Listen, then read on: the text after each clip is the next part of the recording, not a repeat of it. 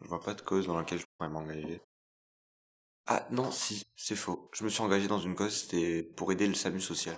Il y a quelques années, je faisais des maraudes hebdomadaires dans la rue en allant à la rencontre des personnes sans abri.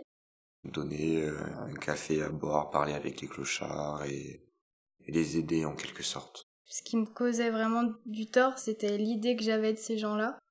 Je me suis déjà engagée pour une cause. C'était pour donner de l'argent à un enfant qui était orphelin dans un autre pays. Je pars en voyage humanitaire à Madagascar pendant 6 mois. Actuellement, je fais de la cohabitation intergénérationnelle avec une grand-mère Alzheimer.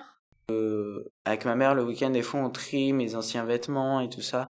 Tout ce qui est trop petit, tout ce qu'on peut plus mettre. Et on les emmène à une petite association. Ça peut être une petite chose comme par exemple donner de l'argent au Téléthon ou des choses comme ça. J'ai déjà fait des courses pour le Téléthon. Je me suis jamais vraiment engagé dans une cause, mais si je devais le faire, ce serait pour les Restos du Cœur. Toutes les maladies graves où on ne trouve pas de remède miracle. Pour la lutte contre le cancer, vu que ça me touche personnellement. Enfin, pour moi, le plus important, c'est l'environnement. Et défendre les animaux. Et la survie de notre planète. Je pense que ça serait une lutte contre le harcèlement. Une cause plutôt humanitaire, du genre celles qui peuvent aider à construire des puits, par exemple en Afrique. La guerre en Syrie, parce que je trouve que c'est horrible ce qui arrive.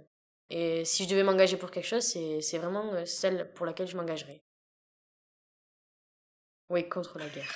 C'est surtout vers les enfants que je me tourne parce que je me dis qu'ils ont un avenir encore très grand devant eux et que si on les aide maintenant, ils peuvent créer plein de choses plus tard et peuvent créer un monde meilleur. Pas vraiment de connaissances sur les différentes causes qu'il y a justement, sur les différentes organisations qui s'en occupent. Je trouve ça super bien, mais j'y arriverai pas. Je suis pas à cause de ma sensibilité, mais j'arriverai pas à voir tout ce malheur en si peu de temps, s'y rassembler et autant de malheur, j'y arriverai pas.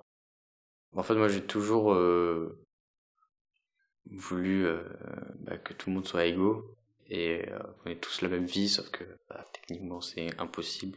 Parce qu'il y aura toujours un qui sera mis à l'écart, même des milliers, des millions.